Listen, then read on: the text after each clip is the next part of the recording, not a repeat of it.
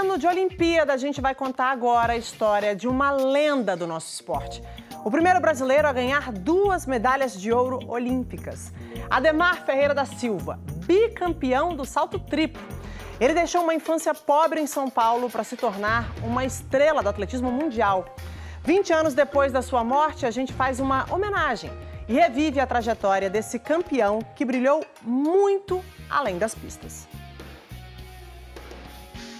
Como cantora, eu tenho certeza que o meu maior fã foi o Ademar, foi meu pai. E que me pediu por tantas vezes que eu cantasse, que eu colocasse no repertório a música que ele gostava muito, uma das músicas que ele mais gostava. E eu não fiz. E eu estou tendo a chance agora, 20 anos depois da última vez, da última chance de cantar essa música para ele, cantando aqui agora. Eu tenho certeza que ele está ouvindo. Tem certos dias em que eu penso em minha gente e sinto assim todo o meu peito se apertar. Porque parece que acontece de repente, feito um desejo de eu viver sem me notar. Esse poderia ser um registro biográfico de um músico. Poderia.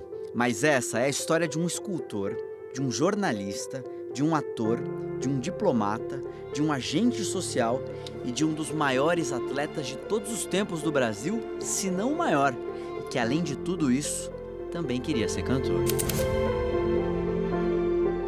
No fundo, esse sempre foi o primeiro desejo dele. Lá da infância de terra pisada na Casa Verde, zona norte de São Paulo, Ademar era o único filho da dona Augusta e do seu Antônio na década de 30. A mãe era mulher múltipla, lavadeira, cozinheira, costureira. O pai, um carregador de sacos da estrada de ferro Sorocabana. Quando a maioridade batia a porta, Ademar se engraçava nos programas de calouro das rádios paulistanas. Se eu sou musical, é por causa dele. Isso estava no DNA dele e está no meu DNA. Ele chegou a ganhar uns trocados nesses concursos, mas não demorou para perceber que a carreira de artista era instável demais para quem tinha comida para colocar na mesa. A aposta na formação em belas artes era mais concreta. Com pedras e peças de bronze, ele talhou uma nova função, a de escultor, e chegou a trabalhar nos ateliês de Victor Brecheret, o renomado modernista ítalo-brasileiro responsável pelo Monumento às Bandeiras, o popular empurra-empurra do Ibirapuera. Ele só não conseguia dar forma às próprias finanças. E lá foi o Ademar fazer outros cursos, correspondência, taquigrafia, datilografia. Depois de caçar muitas teclas, conseguiu um emprego burocrático na Liga Eleitoral Católica. Essa Liga Eleitoral Católica trabalhava também um fulano, nome José Mazzucato, e eu estava conversando com ele. E aí passou um negro. E ele disse, olha, esse aí é o Benedito Ribeiro. Ele é atleta do São Paulo. Eu digo, é? Eu não sei o que é isso não, mas eu gostaria de ser atleta também. Foi assim que Ademar encontrou 2 paixões de uma vez, o atletismo e o São Paulo Futebol Clube, que até hoje carrega 2 estrelas douradas no escudo em homenagem a Ademar. Mas ainda estávamos em 1946, e depois de um primeiro ano de tentativas frustradas em diversas modalidades, ele descobriu o salto triplo. Em 3 meses, Ademar já estava a poucos centímetros do índice para os Jogos de Londres, em 48. Aí os colegas do clube dizem, com essas marcas que você tem aí, eu acho que você vai para Londres. Mas nem pensar, eu quero é conhecer o Rio de Janeiro. Não tenho condições, não tenho dinheiro, eu ir para Londres. Mas ele foi, sem ter a mínima ideia do que eram as Olimpíadas. Só que ele chegou lá, ele vivenciou aquela magia do esporte, né? E ele ficou encantado e perdeu o foco do objetivo dele. É que eu vi aquele estádio de Wembley com 120 mil pessoas, com capacidade para 120 mil pessoas, cheio, E eu comecei a pensar, eu acredito que daqui a pouco vai começar um joguinho de futebol. Ademar nem chegou perto da medalha, mas a experiência de viajar o mundo e competir em grandes campeonatos virou meta de vida. Em 51 já era o melhor saltador do mundo, desbancando com marcas inéditas uma supremacia de décadas dos japoneses. E como os próximos jogos eram em Helsinki, na Finlândia, Ademar teve uma ideia. Na prova de São Silvestre, ele sabia que vinha um finlandês que era reconhecido como jornalista. Ele foi cobrir essa prova de São Silvestre. E ele foi conversar e falou que queria muito aprender a língua dele. E não era só uma questão de conhecer algumas palavras. Ele queria que a música dialogasse por ele. Ele aprendeu uma música em finlandês. Ni minä neitonen sinulle laula kuin omalle kulaleni, jos olis valta, niin kuin on mieli, niin ottaisin omakseni.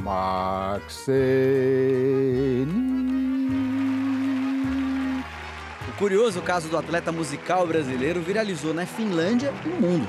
Ele deixou o mundo todo de boca aberta, principalmente os finlandeses, ao responder muitas perguntas em finlandês. Naqueles Jogos de 52, Ademar não seria apenas o saltador carismático que conquistou a torcida. Ali, numa única tarde, em 6 tentativas, ele quebrou o recorde mundial 4 vezes e tornou-se campeão olímpico.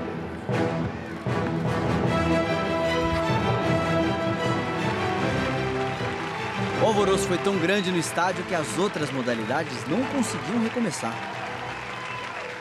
Um dos juízes disse: o público quer que você dê uma volta. E eu, com muito prazer, o fiz porque eu queria encontrar um meio de agradecer àqueles que me ajudaram a ganhar a medalha de ouro. E aí foi essa volta que, a partir de então, começou a ser conhecida como Volta Olímpica. É comum atribuírem a Ademar a invenção da volta olímpica. O que dá pra dizer com certeza é que esse tipo de celebração em 52 não era comum. Eu era o Pelé da época. Quer dizer, o nome mais conhecido no Brasil todo e mais venerado era o meu. Naqueles tempos, um atleta de esporte amador não podia receber dinheiro para competir. Assim, Ademar continuava trabalhando na prefeitura de São Paulo. Só que as competições fora da cidade irritavam o prefeito Jânio Quadros. E após ser campeão sul-americano no Chile em 53, Ademar ficou sabendo que Jânio havia descontado de seu salário os dias em que esteve ausente. E ele, sem me olhar, disse: a prefeitura é lugar de funcionários e não de vagabundos esportistas. Eu não disse nada, não tinha o que dizer. Ademar preferiu responder numa rádio. Eu queria sugerir ao senhor prefeito que, ao invés de cometer coisas dessa natureza, que ele tape os buracos das ruas da cidade. E, senhor prefeito, se o senhor aceitar a minha sugestão, eu quero lhe pedir um favor. Não tape os buracos da rua onde eu moro, porque foi pulando aqueles buracos que eu consegui força nas pernas para trazer uma medalha de ouro para o Brasil. Acabou demitido. Mas no esporte ele transformava as quedas em marcas históricas. Com um salto de 16 metros e 56 centímetros, recorde mundial na época, ele chegou aos Jogos Olímpicos de 56 em Melbourne, na Austrália, com o mesmo carisma. Eu estava assistindo à prova e o Ademar veio até o alambrado e começou a conversar conosco, provavelmente querendo praticar o inglês. Eu sou do interior da Inglaterra e até então eu nunca tinha conversado com um homem negro na vida. Fiquei muito impressionada e decidi torcer por ele. Ademar conseguiu quebrar seu próprio recorde olímpico. Pela primeira vez na história, o Brasil tinha um bicampeão. A vida financeira do bicampeão olímpico é que seguia sem grandes prêmios. E foi por isso que ele aceitou uma proposta para trabalhar numa repartição pública do Rio de Janeiro e passou a treinar no Vasco da Gama. Na vida carioca dos anos 50, Ademar viveu toda a bossa de uma cidade musical como ele. Pixinguinha, Nora Ney, Luiz Vieira, Monsueto. A casa vivia cheia de gente da música, ele gostava muito. Foi nesse período que ele conheceu Vinícius de Moraes. E dessa nova amizade, o atleta de muitas facetas ganhou mais uma, a de ator. O Vinícius convidou ele para fazer o Orfeu da Conceição no teatro, que foi muito boa a crítica. Acho que estava esse francês assistindo, soube da adaptação e resolveu levar para o cinema. A produção ítalo-franco-brasileira de Marcel Camus virou um filme premiado, com Adhemar no papel da morte. A película ganhou a Palma de Ouro de Cannes e o Oscar de melhor filme estrangeiro em 1959. Agora ela é minha. E em 60 ele disputou a 4ª e última Olimpíada, em Roma. As marcas não foram tão expressivas quanto o reconhecimento do público italiano, mesmo distante do pódio.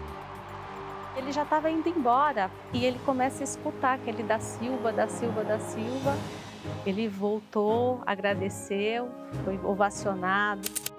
Aposentado das pistas como o maior atleta brasileiro de todos os tempos, Adhemar seguia se multiplicando fora dela. Depois de se formar em educação física, ele decidiu cursar direito. E um pouco antes de concluir o bacharelado, aceitou um convite para ocupar um cargo diplomático na Nigéria e virou adido cultural do Brasil no país africano. Meu pai, eu acho que aceitou esse convite também porque ele estava em busca das origens dele. Adhemar voltou da Nigéria em 67 para investir em transformação social. Primeira experiência com Adhemar, em 1975, eu tinha 12 anos de idade. Na época eu era do basquete, todas as equipes foram convidadas para ir no auditório para ouvir uma palestra do Adhemar Ferreira da Silva, né? Foi um momento para mim mágico, porque ali mostrou que a natureza estava unindo o passado, a história do passado e já com a história do futuro, que seria a minha. 9 anos depois desse encontro, Joaquim seria o primeiro brasileiro a conquistar uma medalha de ouro no atletismo depois de Adhemar. Apesar dessa distância, né, de geração, ele pôde influenciar na minha vida de forma misteriosa e de forma bem simbólica, né? Aos 73 anos, Adhemar teve uma parada cardíaca e não resistiu. Quando faleceu em 2001, era o único bicampeão olímpico do país. Além dos recordes, foi o precursor de um caminho estrelado. Adhemar é vida, a gente vive isso, porque eu acho que é a prova mais tradicional do nosso país é o salto triplo. Desde o Adhemar, com 2 medalhas, vem com o João, com o Anísio, com o Jadel agora mais recentemente. Muito além das marcas históricas, ele preencheu um currículo de conquistas pessoais significantes para quem saiu de uma rua de terra esburacada na Casa Verde. A história do Adhemar é uma história que deveria estar sendo contada dioturnamente. E muitas pessoas que moram, que residem aqui nesse bairro, nesse território, não sabem que ele é um filho ilustre da Casa Verde. O Adhemar, ele aparecia muito pouco. Ele é o nosso Pelé. Ele tem títulos tão grandiosos quanto Pelé, entendeu? E não teve o reconhecimento. Se meu pai tivesse nascido nos Estados Unidos, até mesmo em Cuba, ele não teria um longa-metragem falando dele. Ele teria algumas produções falando dele. O Adhemar era a personificação de um homem renascentista. A vida dele fora dos campos de competição foi tão impressionante quanto a de atleta. Talvez até mais incrível. Essa coisa de você ser mais reconhecido fora do Brasil do que no Brasil, isso te traz alguma mágoa, alguma tristeza por tudo que você fez e foi importante para o nosso esporte? Olha, mágoa não, mas uma pontinha de tristeza. Eu contaria brevemente uma história. Desembarco em Lisboa.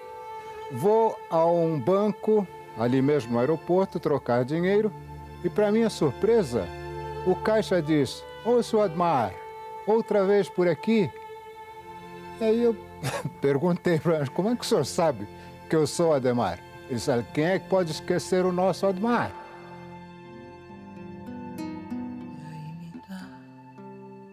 Uma tristeza no meu peito, feito um despeito de eu não ter como lutar. E eu que não creio, peço a Deus por minha gente, é gente que vontade de...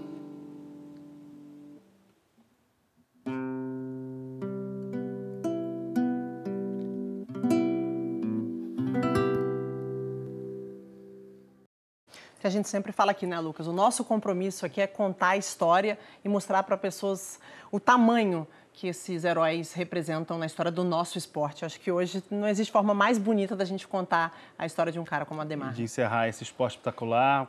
Grande reportagem, um abraço na equipe, um beijo na família do Ademar também. A gente tem que preservar a história, conhecer a história, para a gente também dar o devido valor à nossa história.